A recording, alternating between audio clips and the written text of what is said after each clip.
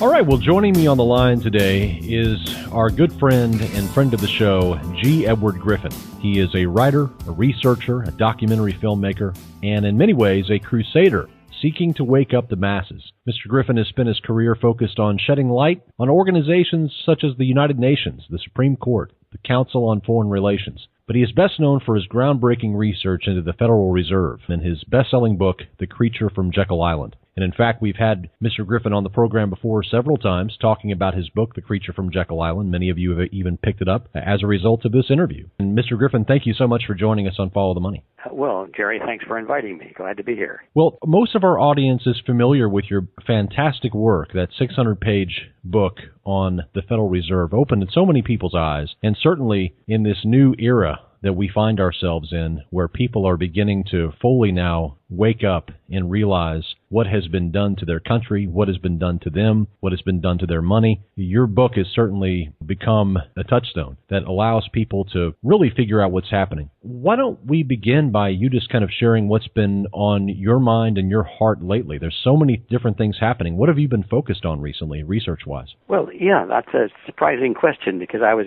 getting all mentally geared up to delving into the issues of money and banking and that sort of thing. But what I'm focusing on now is very near and dear to my heart, Jerry. It has to do with solutions. You know, we run around like chickens with our heads cut off. We go here, go there. We have no direction.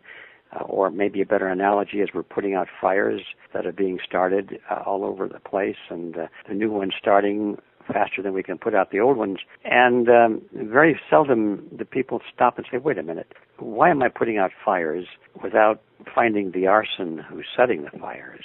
And so I've been in that mode for quite a while, and, in terms of focusing on solutions rather than just reacting to problems. And for the last 10 years now, 15 years, I've been involved in an organization I created called Freedom Force International, which is a dab in the dark for me when I created it back in, it was 2002. Didn't know whether this would work or not, but as we have grown and I had experience, it's apparent to me now that for some miraculous reason, the basic concepts that we put together are working. And nothing like this has ever worked before. So what it boils down to is that we are building an organization of people all around the world.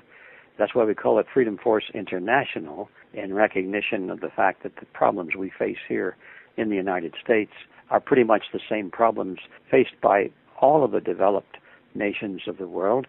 And basically that problem can be summarized as the growth of government power.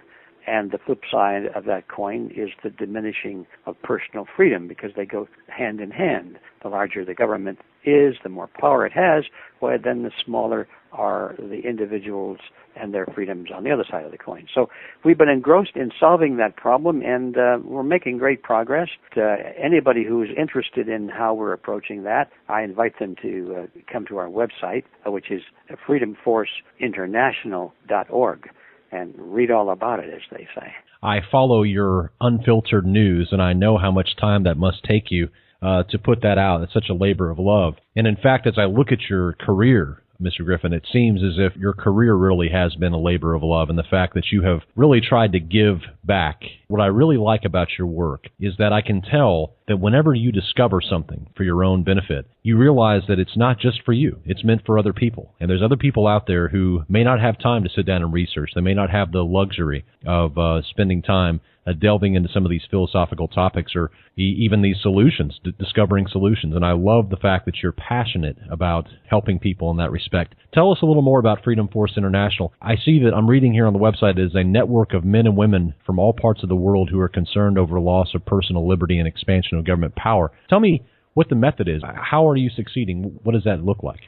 Well, the basic ingredient, there are several basic things that make Freedom Force substantially different than any other group or movement in history, at least on our side of the struggle. There have been plenty of totalitarian organizations. I mean, let's take a look at those ideological movements which have come to power around the world, some of which we've even fought wars against. I mean, the Nazis had Adolf Hitler and his Mein Kampf, a statement of principles and beliefs and programs and strategies. And, of course, communism has had its Lenin and its Stalin and its Marx, and they have an ideology and a strategy and an organization and so forth. And But on the other side of this thing, what have we got? Well, we've got nations, of course.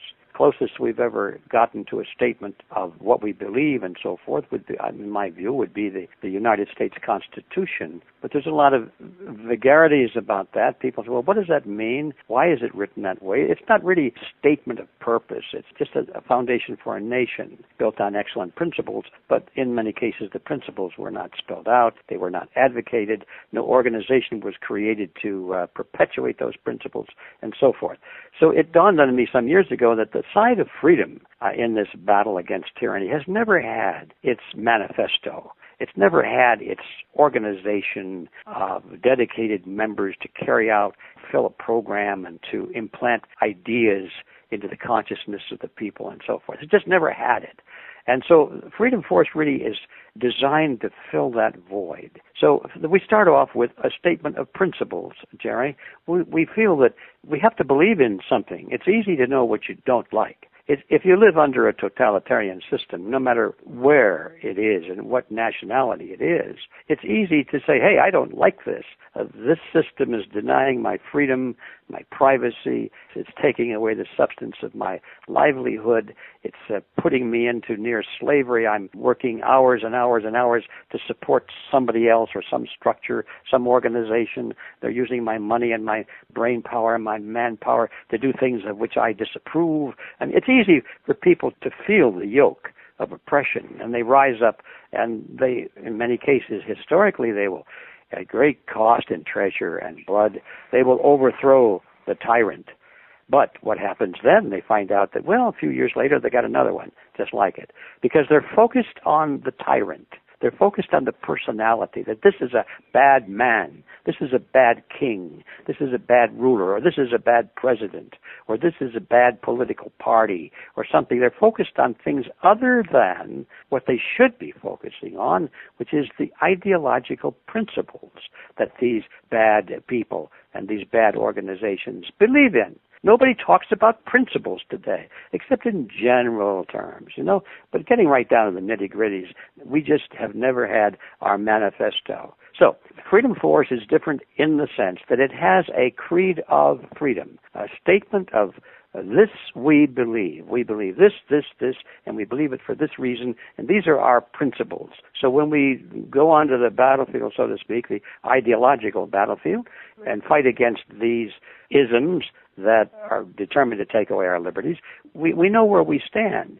We're not just saying we dislike this person because he's corrupt, or that he's mean, or that he's even wrong. We fight this person because his principles are wrong, and we're not interested in replacing him with somebody else who has the same principles. So then the next thing is to determine what those principles are. What is this thing we're fighting? Well, it's called collectivism. So one of the major challenges for Freedom Force is to put that word, collectivism, back into the languages of the world.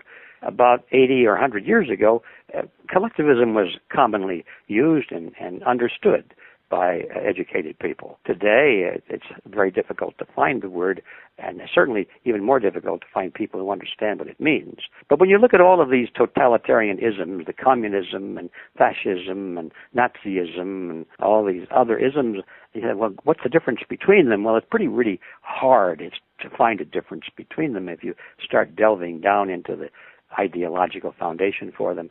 In fact, you find out that there is no difference. They're all just different variations of the same thing called collectivism. I'll just give you an example. One of the basic tenets of collectivism, we've identified about 8 of them. There are many more, but there are 8 really significant ones.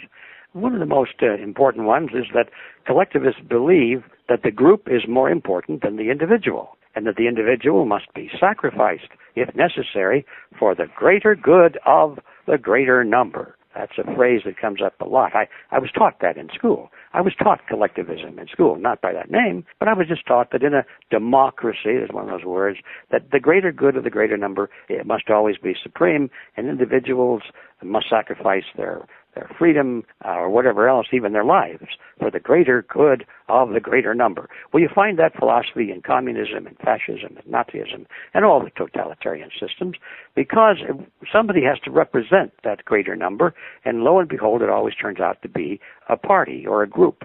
of people who derive great power over society by claiming that they represent the greater good of the greater number, that they represent the state or the collective or the group of some kind. So that's a very short introduction to what collectivism is all about. But anyway, we do know what the enemy is, and it's not the Democrat Party or the Republican Party or the Nazi Party or the Communist Party. It's an ideology, and it's called collectivism. And then the final piece of the puzzle is, what do we do about it? So we understand that that's the problem. We understand that these people have acquired power over us by moving into the power centers of society. By that, we mean those are the groups and organizations that people belong to, and they have leaders and they follow it. Primary power centers, of course, are the agencies of government and the political parties, but there are many more. I mean, there are church organizations, labor unions, educational institutions, media centers, all of the things that influence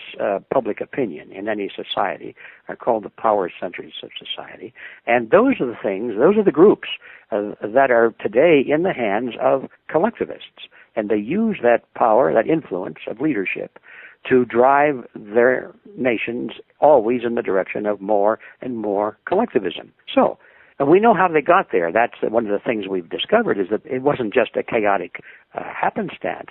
They got into those positions of power because they had a plan to get there. They knew they had to control society in that fashion. And so they had schools and textbooks and workshops on how to come to power, how to go into politics, how to go into the media centers, how to manipulate public opinion, how to rule, in other words. They're a dedicated cadre of how to run the world. And meanwhile, all of the rest of us are standing around saying, my, what's happening to us? What's happening to our freedoms? I wonder what's going on here. And we go to the polls every 2 years or so. We vote for candidates that are selected by this little elite group that we don't even know exists for the most part. And we say, well, how come I keep voting for different candidates, different parties, but it's always the same? That we have the answers to those questions, and we know how they came to power, and now we have to reverse that process. And now we have to find people who, on our side of this ideological conflict, are willing to get out there into the real world, get off of their couches, get out there where the people are, and assume leadership responsibilities in the power centers of society. Now, in a nutshell, that's what it's all about. It takes almost a day to go through all of that in detail. But, Jerry, I'm really glad you asked. I hope your listeners find that interesting, because I think it is the only solution to our problem. If we want to put out the fires that are being set all around us, that are destroying our way of life, we've got to find the arsons who are setting those fires and replace them with people who have no axe to grind except liberty. You're listening to the passionate voice of G. Edward Griffin. He is the author of a very popular book now entitled The Creature from Jekyll Island. And he's been talking about his organization, Freedom Force International, freedomforceinternational.org on the web. Mr. Griffin, there is a Bible verse in Ecclesiastes 1:18 I was thinking about when you were talking, and it says that with much wisdom comes much sorrow, with much knowledge comes much grief. And it seems as if the more you go down the rabbit hole and you begin to realize how crooked and how wicked and how corrupt these systems that we now have to put up with are, it can be very depressing. But yet I still sense a sense of positivity in your voice, even after decades of fighting this battle and trying to wake up folks. What gives you hope? Two things give me that hope, Jerry. The first one is you. You represent a lot of people out there. You are not part of this cabal. You want to see justice, freedom, liberty, truth. You're not out there trying to rule mankind for its own good, and as long as they recognize that you are the one who will make those decisions. In other words, I think there's about a 15% of the population that I refer to as the predator class. These are the people that gravitate into positions of power and authority. They want to rule everybody's lives. They want to plunder everybody legally and so forth. And they're the ones that wind up running the world. You are not in that group. We're indignant over this thing. And all we need is two things. We need to be aware of it, first of all, which most of us have not been. It's hard to be aware of it when it's hidden from your view by those who are running the show, and then they're telling you that anybody that talks like this is just a conspiracy theorist or something like that. It's hard to find the truth, but people are seeking the truth, and the truth is getting out. That's very hopeful to me, because I know that we have the numbers on our side. And the other thing is this Freedom Force that we're talking about. At last, for the first time in history, as far as I can see, we have a mechanism to bring truth to the fore. Truth has always been trampled underfoot. People that say, truth will always prevail, they're kind of living in a dream world. History teaches that truth is often trampled underfoot. Truth is often buried, it's denied, it's pilloried, it's executed. Truth has a very bad record as far as its victories in the past. Yes, in the long run, I suppose truth does ultimately prevail, but in getting to that position, there's an awful lot of chaos and death and destruction, evil that happens, and I'm not content with that, and I know you're not either. So it may not happen, definitely may not happen in my lifetime. I'm an old guy. But it's going to happen now. I can see we've set in motion certain patterns and organizational structures and strategies. It's in motion now. It can't be stopped. I think it's going to take maybe a generation or two before this thing gets straightened around, and there's going to be a lot of havoc and a lot of suffering in the meantime. But I keep looking ahead, and I go to sleep at night, and I think, it's going to be really bad. In fact, it's already really bad for millions and millions of people on this planet. And it's probably going to get pretty bad here in this country, too. And that's a grim thought. But then I have this smile on my face that thinks that I keep thinking to myself, well, yes, but at the end of all of this, we will prevail. And that's a good thought. And I'd like to be a part of laying the foundation for that reform. My guest today is G. Edward Griffin. We're talking about his organization, Freedom Force International, freedomforceinternational.org on the web. Let's shift gears just for a moment here, Mr. Griffin, and let's talk about one other thing that I'm really curious about what your thoughts are. The United States, as you've pointed out, is no doubt faced with all kinds of challenges, the economic challenges, of course, being some of the most pronounced problems facing us, but of course the political gridlock and the fact that people still believe the right-left paradigm. But let's talk about the other side of the world for a moment, and let's talk about China. China has been in this multi-decade rise, I guess, for at least the last 50 to 60 years. They are no stranger to empire historically. They have been a country that has long been hegemonic in its power, especially over the Far East region. And now we see that they are becoming even more aggressive with their new Asian Infrastructure Investment Bank, which is going to seek to challenge the World Bank. Of course, they're building out this revised version of the Silk Road, reviving that old Silk Road with a marine route and with a land route. Of course, we're seeing the continued internationalization of the Chinese yuan currency with all kinds of movement afoot on that. So I'm very curious. You've had a lot to say over the years about the United States and where it's going, but I'm really curious on your view about the reemergence of China and how concerned you are about that, especially considering America's weakness now. How concerned are you about China, and should Americans be concerned about it in general? That's a really good question, and it may be that your listeners won't like parts of my answer to that. It may sound like I'm not a loyal American, and I want to assure everybody that I love this country, and the displeasure I have about it is what's being done to it by people who I don't think love America. But anyway, to answer your question, yes, I'm very concerned about, let's just call it what it is in my mind. It is a threat to the United States that is posed by China. And people may not understand why is China a threat. It's because they don't understand that at the leadership levels of the Chinese regime, there is a great desire to destroy America. And they still consider, in their words, that the United States is enemy number one. That's historic to some extent. It's ideological to some extent, but it's real. China and its leadership will smile and participate in commercial activities with the United States, and they will purchase our debt. They'll participate in trade agreements and all that sort of thing. But behind it all, I am convinced that their main motive is not only to prosper, but to prosper sufficiently that they can destroy America and conquer it and pillage it. They want to really incorporated into part of their empire, as you say. And I would never worry about the United States being able to resist that kind of a threat, except lately, and by that I mean in the last decade or two, the United States has stopped being America. It has stopped being the system that I was born into. It has become more like China. It has become more like the very thing that is now threatening it. In other words, it has become collectivist. We talk about free markets in America. They don't exist to any reasonable extent. It's all a command economy today, in spite of the lip service we give to the free market. It's very much the same as in China. And when I think of the relative emergence of China to the United States, and I use the word relative advisedly, because it is that, if the United States was continuing on its original course, there would be no comparison.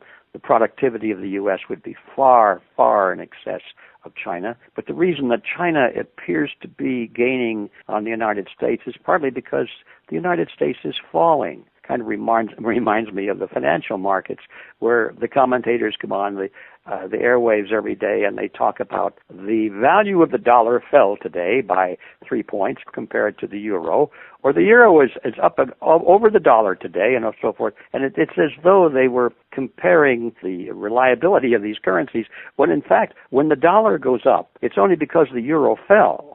And in reality, all of the currencies of the world are falling because they're all fiat currencies. They're losing purchasing power, but some are falling more rapidly than others, and so that those which are falling least rapidly, we say, well, they grew strong today in the market. So, what I'm trying to say is that it's a relative thing. And so when I look at the growth rates, so-called, between the United States and China, I see a similar phenomenon going on. China, I think, it's expanding its production, but it's also losing a lot of ground internally. There's a lot of poverty and dysfunction within the Chinese system. So basically what I'm trying to say is that, yes, I am concerned. I don't think that what lies ahead bodes well for the United States, no matter what happens. I mean, if the United States continues to fall, it will definitely, economically, as long as it has a strong military, I don't think we have to worry too much about the China threat. But you cannot support a strong military forever if the economy is kaput and if people are in the streets rioting for food and jobs. You don't have a strong military anymore unless you become a totally tyrannical system. And then you're just like China, or just like old Mao Zedong China, or you're just like communist Russia or Nazi Germany. So no matter how you look at the future, Jerry, it doesn't look good to me, and I don't see any way out except for America to restore itself to its basic principles. That's the only solution in my view. My guest today has been G. Edward Griffin. His website, freedomforceinternational.org. I encourage you to go there. In our final moments, Mr. Griffin, if our listeners who have listened to this interview, if they want to reach out, become a part of the Freedom Force International group, if they want to support your work that you're doing, how can they best serve you? How can they best help you in your work? Well, the best thing to do is to become part of our movement. It is a movement. I was going to call it an army. It's an ideological army, and that analogy is good only in the sense that armies need recruits. You need support. So we're growing very rapidly and very firmly, but we sure could use some more help. We have members in about, I think it's last time I counted it was about 60 different countries, and that's very impressive. And it confirms the idea that we had originally that this is a global problem. It's not just in the United States. So the first thing to do is check us out, check our ideology out, make sure that you agree with the creed of freedom, then answer a couple of little questions like, do you want to make a difference in the world, or are you content just to ride along? Do you want to just complain about it or do something about it? And finally, are you willing to take a stand? Because we're living in times now where people don't want to be noticed. They say, well, leave me out of it. Good luck to you, but don't get me involved, and this sort of thing. Well, we're not looking for people like that. People who want to make a difference and who are willing to take a stand and become part of the Guardians of Liberty. Then I'd say, come and join us, and we'll be glad to have you on our team. Fantastic. Thank you so much for your time today, and we'll look forward to having you back on soon. Thank you, Jerry, and good luck to you.